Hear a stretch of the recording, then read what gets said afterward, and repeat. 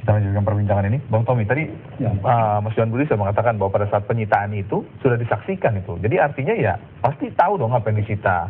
Pasti setuju dong. Artinya menurut siapa itu? Menyaksikan sesuatu bukan berarti menyetujuinya. Kenapa? Ya buktinya mereka masih kirimkan surat ke KPK minta dikembalikan bukti-bukti itu.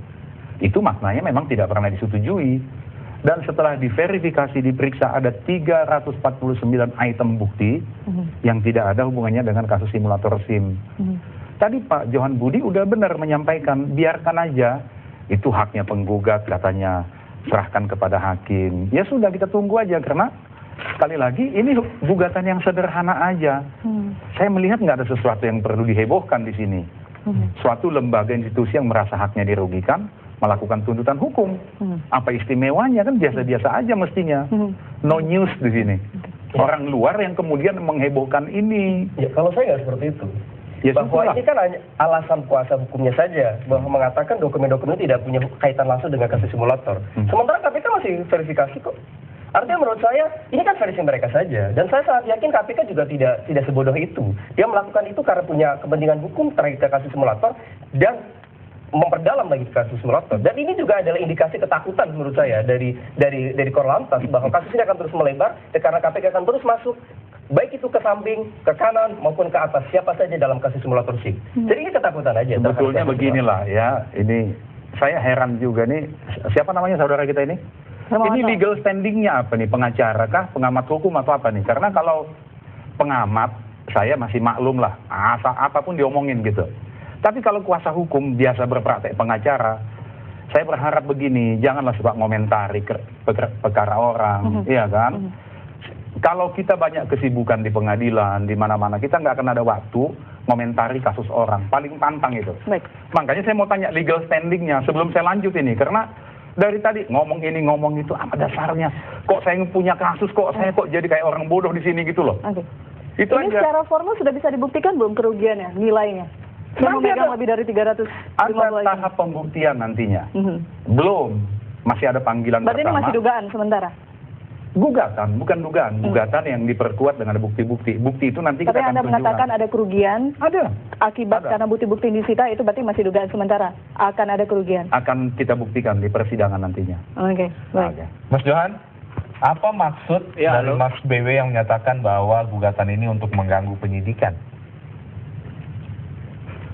Ya, jadi gini ya, perlu disampaikan juga bahwa proses yang dilakukan oleh KPK tadi melakukan penggeledahan yang kemudian diikuti oleh penyitaan ya, dan kemudian ada proses-proses peristiwa yang tadi saya sampaikan, tentu akan mengalami gangguan dalam kecepatan untuk melakukan verifikasi terhadap barang bukti atau barang sitaan yang sudah dilakukan oleh KPK. Dan tidak bisa saya kira disimpulkan terlalu dini bahwa ada ratusan dokumen yang tadi disebut tidak terkait dengan kasus simulator.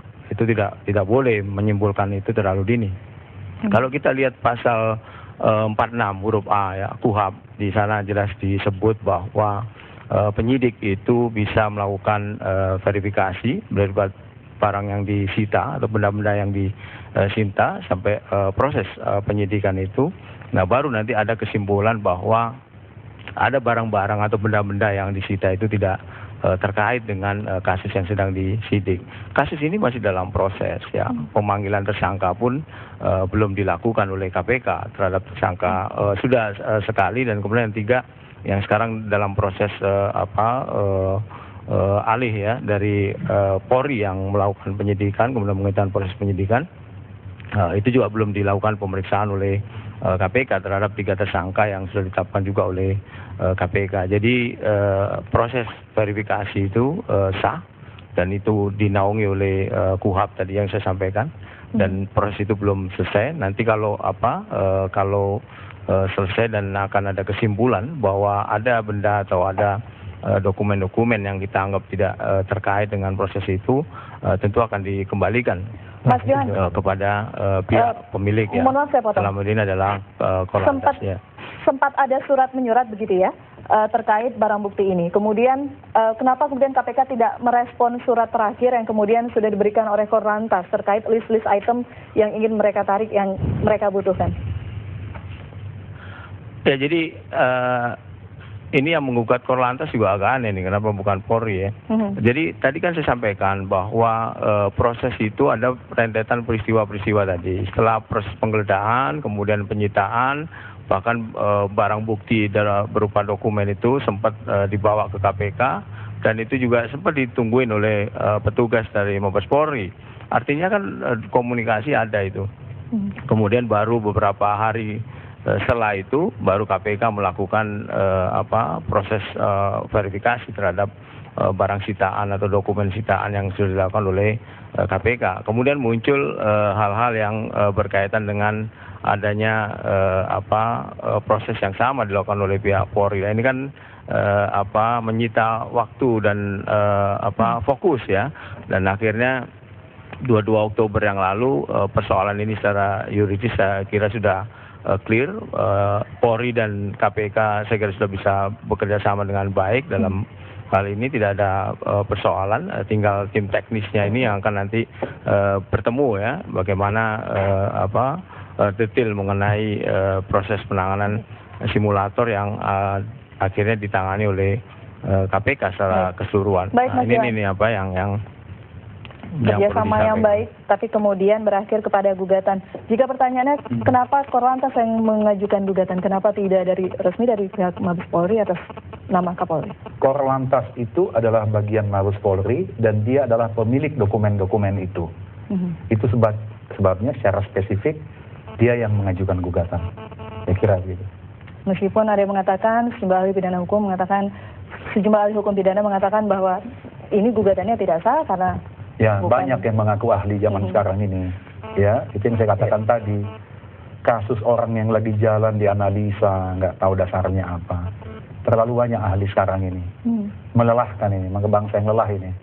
Ada ahli mengatakan begini, nggak tahu kapan dia jadi ahli itu. Saya kira gitu. Jadi yakin gugatannya on the track?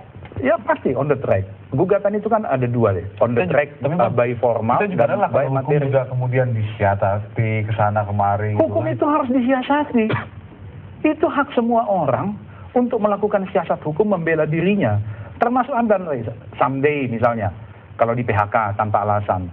Disiasati gimana caranya ini perusahaan ini bayar 10 kali pesangon.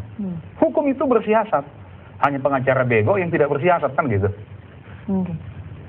Ya, itulah yang membenarkan bahwa adanya satu kepentingan yang sama antara lawyernya, DS, Polri, dan Korlantas. Menurut saya itu menjadi lebih valid bahwa ada satu jalur kepentingan yang sama. Jadi saya menolak istilah konflik kepentingan. Ini ada kepentingan yang sama, tapi kepentingan ini apakah untuk kebaikan ataukah untuk di luar kebaikan saya tidak tahu.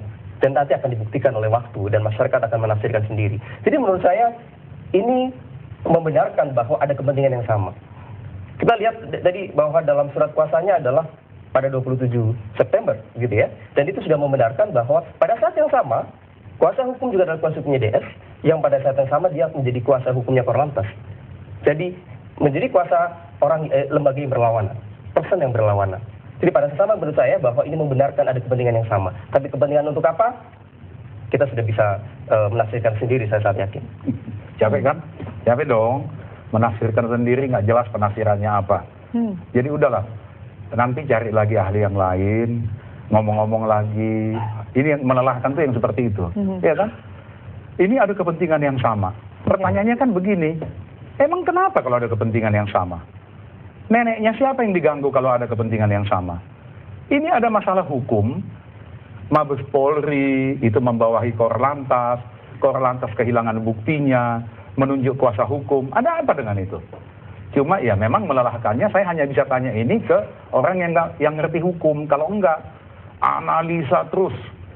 Sebentar lagi dia bisa analisa Monas itu letaknya di Jawa Barat. Jadi sekarang semua tergantung di hakim lah ya. Iya, Tadi KPK menyatakan itu yang siap untuk terbaik. menghadapi gugatan, tergantung nanti hakim memutuskan ya. Leave it to the judge. Tapi Itu mudah-mudahan yang kalau benar. hakim sudah memutuskan, jangan lagi ada siasat-siasat yang lain. Loh, tetap ada siasat. Oh gitu. Ada upaya hukum banding. Ada Oke. upaya hukum banding, kasasi. Tapi itu pembicaraan itu kan nggak perlu kita bahas di sini. Hukum itu adalah siasat. Ya? Baik. Itu. Terima kasih Bang Tommy, Ya. Mas Novanto. Terima kasih sama-sama. Mas Johan Budi, terima kasih atas waktunya bersama kami. Ya, terima kasih. Selamat petang.